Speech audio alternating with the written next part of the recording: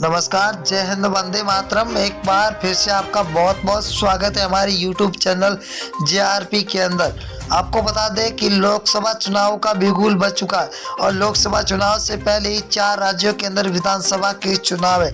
अब विधानसभा के चुनाव ये तय करेंगे कि अब की बार क्या लोकसभा चुनाव के अंदर फिर से बीजेपी की सरकार बनेगी या विपक्ष होगा मजबूत। हम आपके बीच में सबसे बड़ा अपडेट लेकर आ चुके हैं चुनाव से पहले ही। अब लोकसभा चुनाव के अंदर किसकी सरकार बनती हुई नजर आ रही है, सी वोटर सर्वे और फलोदी सट्टा बाजार की बात करें तो 545 सीटों का सबसे बड़ा ओपिनियन पोल सर्वे जारी हो चुका है। हम आपको हर एक सीट के बारे में बताएंगे कि कौन सी सीट है किस पार्टी को मिलती हुई दिखाई दे रही है। अगर आप हमारे YouTube चैनल पर नए हो तो बेल आइकन दबाकर सब्सक्राइब जरूर करें। और आपके बीच में हम 545 सीटों का सबसे बड़ा सर्वे लेकर हाजिर हुए। हर एक सीट के बारे में आपको विस्तार से तो पहला राज्य है कर्नाटक, जहाँ पर बीजेपी को 8 सीटें मिलती हुई दिखाई दे रही है, तो कांग्रेस को 15 सीट, वही जेडीएस को 5 और बीएसपी को 0, तो कुल 28 सीटें। अगर कश्मीर की बात करें तो कुल 6 सीटें, जहां बीजेपी को 1, आईएनसी को 3, पीडीपी को 2 और एनसी को 0 यहां पर सीटें मिलती हुई दिखाई दे रही है। ये सीटों का रुझान 2023 का है और बहुत ही बड़ा रुझान निकल के आ चुका है। हरियाणा की बात करें तो हरियाणा राज्य के अंदर कुल 10 लोकसभा सीटें, जहां पर बीजेपी को 4, कांग्रेस को 5, जेजेपी को 0, तो आम आदमी पार्टी को यहाँ पर 1 सीट मिलती हुई दिखाई दे रही है। 2024 के अंदर लोकसभा चुनाव है। और दिल्ली की बात करें तो दिल्ली के अंदर लोकसभा सीटें 7 है। 7 में से बीजेपी को 2 सीटें मिल रही है, तो वही कांग्रेस को 4, आम आदमी पार्टी को 1 सीट मिल रही है, तो बीएसपी को यहाँ पर 0 सीट मिलती हुई दिखाई दे रही है, तो अदर के खाते में 0 जा रही है। अगर हम पंजाब राज्य की बात करें तो 13 लोकसभा सीट है, जहाँ बीजेपी को 1 सीट मिल रही है, वही कांग्रेस को 2 सीटें मिल रही है, तो आम आदमी पार्टी के खाते में 9 सीटें जा रही है और एसएडी को 0 सीट मिलती हुई दिखाई दे रही है। अगला राज्य है जहाँ पर मेघालय राज्य। मेघालय के अंदर 29 विधानसभा सीट है, जिनमें से बीजेपी को 12 सीट मिल रही है, तो कांग्रेस को 15, वही एसपी को 0, तो बीएसपी के खाते में 2 सीटें जाती हुई दिखाई दे रही है। अगला राज्य झारखंड। झारखंड की बात करें दोस्तों तो यहाँ पर 19 लोकसभा सीटें, जहाँ बीजेपी को 6 मिल रही है, तो वही कांग्रेस के खाते में 8 सीटें जा रही है, तो जेएमएम के खाते में 5 सीटें जा रही है, तो आरजेडी के खाते में 0 सीट मिलती हुई दिखाई दे रही है। आंध्र प्रदेश राज्य की बात करें तो यहाँ पर लोकसभा सीटें 25 है।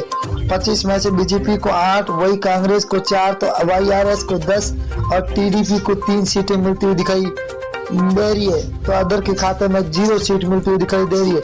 उड़ीसा की बात करें तो उड़ीसा के अंदर लोकसभा सीटें 21 है।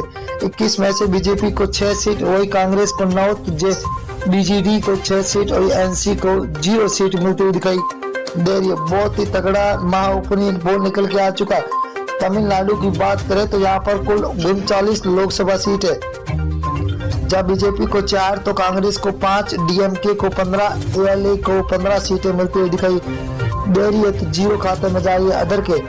अगर अब बिहार राज्य की बात करें तो कुल 40 लोकसभा सीट है, जहाँ बीजेपी को 12 सीट मिल रही है, तो वही कांग्रेस को 5 सीट, आरजेडी को 15, तो जेडीयू को 8 सीटें मिलती हुई दिखाई दे रही है, तो अदर के खाते में 0 सीट मिलती हुई दिखाई दे रही है। अगला है राजस्थान। राजस्थान के अंदर कुल लोकसभा सीट है 25 में से बीजेपी को 10 सीट है, तो कांग्रेस को 14 सीट, वही आरएलपी के खाते में 1 सीट जा रही है, तो आम आदमी पार्टी को यहाँ पर 0 सीट पर संतोष होना पड़ रहा है, तो अंदर खाते में 0 सीट। उत्तर प्रदेश की बात करें तो कुल 80 विधानसभा सीटें है, जहाँ बीजेपी को 32, वही कांग्रेस के खाते में 14, एसपीआई के खाते में 27, बीएसपी को 2 सीटें, वही अदर के खाते में 5 सीटें जाती हुई दिखाई दे रही है। अगला राज्य है उत्तराखंड। उत्तराखंड के अंदर 5 लोकसभा सीटें, जिनमें से बीजेपी को 3 सीट, वही आईएनसी को 2, तो बीएसपी को 0, आम आदमी पार्टी के खाते में 0 सीट मिलती हुई दिखाई दे रही है, तो यहाँ पर अदर के खाते में भी 0 सीट जाती हुई दिखाई दे रही है। पश्चिम बंगाल की बात करें तो कुल लोकसभा सीटें 42 है। 42 में से 17 बीजेपी के खाते में जाते हुए दिखाई दे रही है, तो वही आईएनसी को 0 सीट है, तो टीएमसी को 25 सीट है, सीपीआईएम को 00 सीट मिलती हुई दिखाई दे रही है।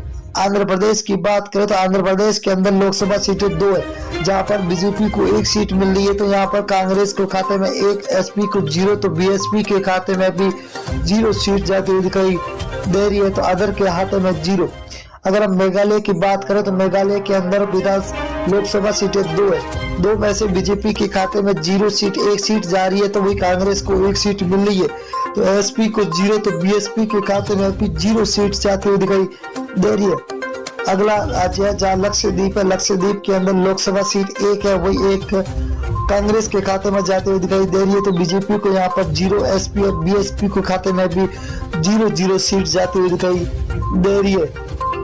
अगला राज्य है महाराष्ट्र। महाराष्ट्र के अंदर 48 विधान लोकसभा सीटें है, जहाँ बीजेपी को 15, कांग्रेस के खाते में 14, तो एसएचएस को 10 और एनसीपी को 8 सीटें मिलती दिखाई दे रही है। तो अदर के खाते में 0 सीट जाती हुई दिखाई दे रही है। छत्तीसगढ़ राज्य की बात करें तो यहाँ पर लोकसभा सीटें 11 है। 11 में से बीजेपी को 6 सीट मिल रही है, तो आईएनसी के खाते में 5 है।